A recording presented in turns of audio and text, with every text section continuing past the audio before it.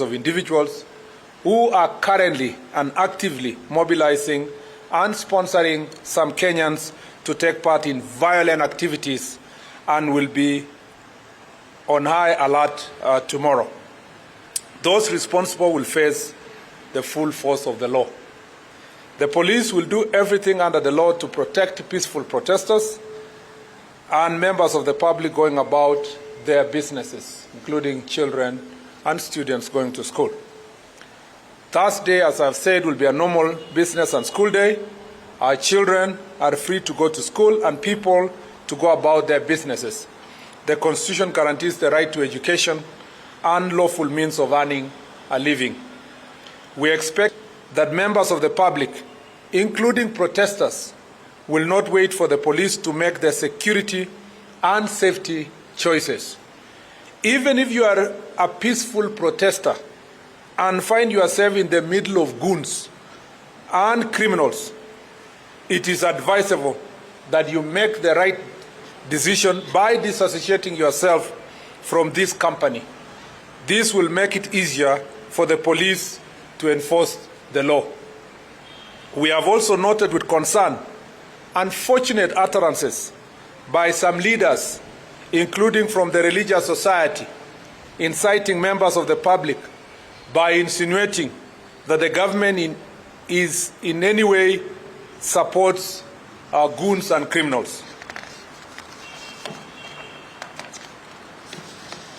For the avoidance of doubt, the government of Kenya does not condone or work with goons or criminals.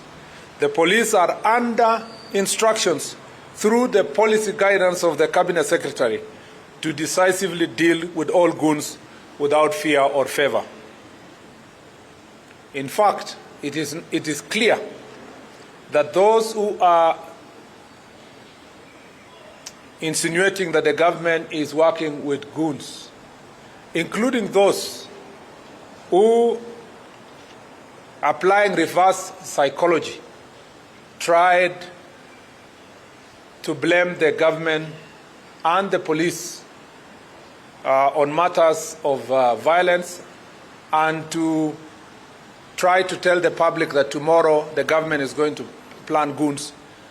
It is now clear through the intelligence report being pursued by the DCI that the same people who are actually pretending to tell people to stay away from the streets and from demonstrations are actively, as we speak, through their agents and themselves, mobilizing goons to come tomorrow to the streets so that they can get an opportunity to justify their statements and to try to blame the government. Make no mistake, any person who is going to be procured by those people or any other person to come tomorrow to the streets armed for a violent protest will meet the full force of the law. We urge the public to cooperate with the law enforcement officers, and together let us always uphold peace, order, and the constitutional values that bind our nation. God bless you, and God bless our beautiful country, Kenya. I kept this statement that brief to give you an opportunity if there are any clarifications so that I can take more questions than I usually do for purpose of any clarification regarding a possible protest tomorrow. Any questions? Yes, proceed. I hope there is somebody who is giving you the mic. Who has the mic? Proceed. Maybe you shout. I don't know. Proceed. Shout.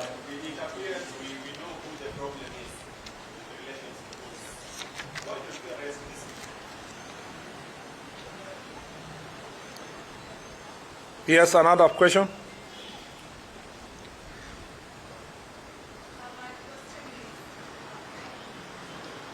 Louder. If you can introduce yourself and the question, it will help. Proceed. Samira, you must be representing some media house. Yes, proceed. Proceed.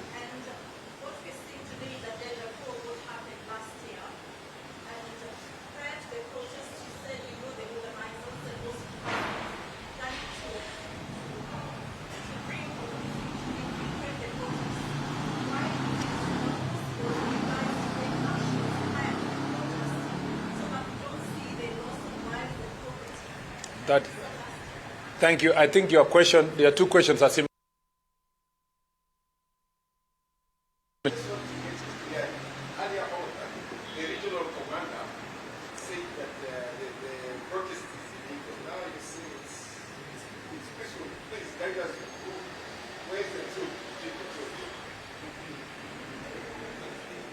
Any other question? Let me just respond to those ones first. Let me say that we know the people who are, as I said, we know now the people who are currently and actively mobilizing persons for purpose of violent protest tomorrow. And the Director of Criminal Investigation, if you want me to go back to my statement, is already following them, and they will be arrested. They will be arrested. Contrary to your assertion that in the last protest nobody was arrested, 3,000 people were arrested last year. 3,000 were arrested and produced in court. A good number of them were released on a very flimsy grounds, and a good number of them still have their cases active in court as we speak. You know that a number were charged for acts of terrorism because they banned businesses and so forth, including a member of parliament. And of course, you know what went on in the courts. And those cases, including the same, are still active in court. So maybe the problem with protests and cases is that when the day is over, and you people move your cameras away from courts, then the public still think that there are no people who are arrested and there are no cases that are active. Even tonight, people will be arrested. Even tomorrow, people will be arrested. And they will be taken to court. The paradox also of your question is that when we arrest people, the first thing you people, particularly, not all of you, but a few of you who want to mess up the media space, will quickly post that people have been abducted when they have been arrested. Number two, when we arrest them, you quickly profile them as human rights defenders, even criminals. And many of these criminals have gotten away with heinous crimes, burning businesses, killing people, attacking innocent people, rape, burning courts. You remember last year they even attempted to steal, and they stole actually firearms, and some of them were pursued and arrested. But they always survive in this country and are get positively profiled, including being celebrated and being remembered and commemorated for evil acts that they engage in, because you are the agents of their survival. I would really request the media to separate good protesters from criminals. We'll be watching you tomorrow, and I know a number of you reporters are here. So we'll be watching you tomorrow, just in case you start reporting that, look at the protesters there throwing stones, or the protesters are burning tires. Those are not protesters. The Constitution recognizes protests, picketing, demonstration as a positive right that is exercisable by a citizen, unarmed and peacefully. I want to hear tomorrow for the first time journalists who will outrightly say, look at our cameras, look at that guy burning somebody's business, look at the other one burning tires, look at the other one blocking the roads. Those are criminals. Don't profile them as protesters. Then we will work together, and you will help the police to succeed in their work in terms of apprehending criminals. We expect a peaceful protest tomorrow because we have been promised peaceful protest. But because we are aware and we have information about some of these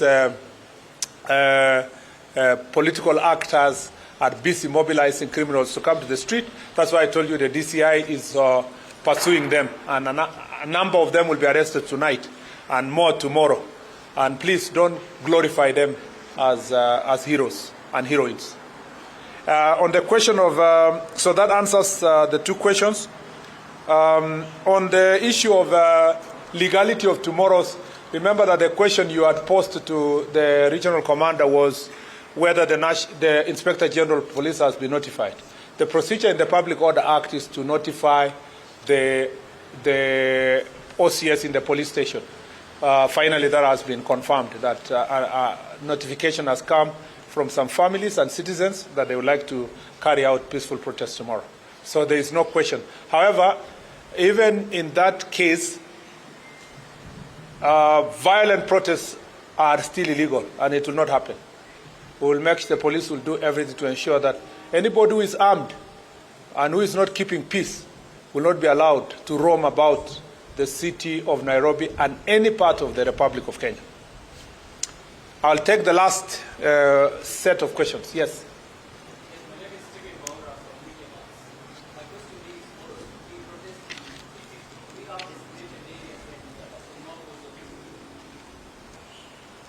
Thank you. Any other? I think we are satisfied today. Yes, the persons who gave notification requested certain designated routes, and the police are already alert to help them peacefully go through the designated routes. Unfortunately, they never put in the time they will start and the time they will end. But we have their telephone numbers. We'll continue in conversation with them so that they can tell us the specific routes we are going to pass through. But as I told you, the challenge has never been peaceful protest. And as has been said, there are many, many protests that take place in this country every day in different parts by workers, by doctors, by nurses, by different people. And usually it ends up being very peaceful protests, and police are escorting them, and they do it successfully. Sadly, when we have the information as we have now, it becomes very sad. And let me tell you, maybe I should just give you a sneak preview of the kind of information we have. We have information that in a number of counties, particularly, I don't want to profile the specific counties, but counties near Nairobi and thereabout, that criminals are being mobilized to attack businesses of leaders and business people who are associated with the government. And so we are aware of some businesses, supermarkets, and other processing plants for business people who are not supporting the person who has organized the violence.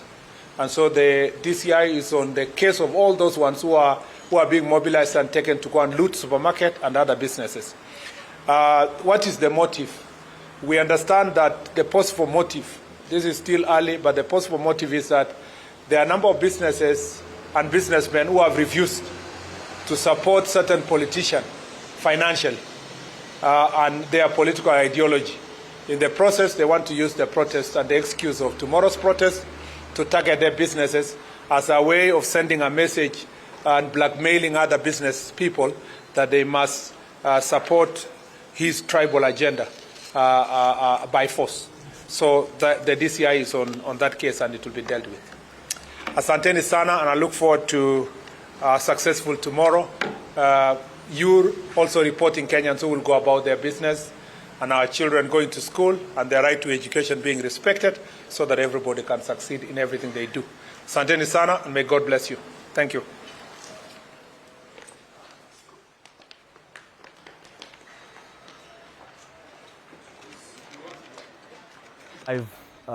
Event at Harambee House, where the Cabinet Secretary in the Ministry of Interior and National Administration, Onesimus Kipchumba Murkomen, was giving a brief ahead of what all of you know has been planned or not planned for June 25th. June 25th. This is World Cup Extra.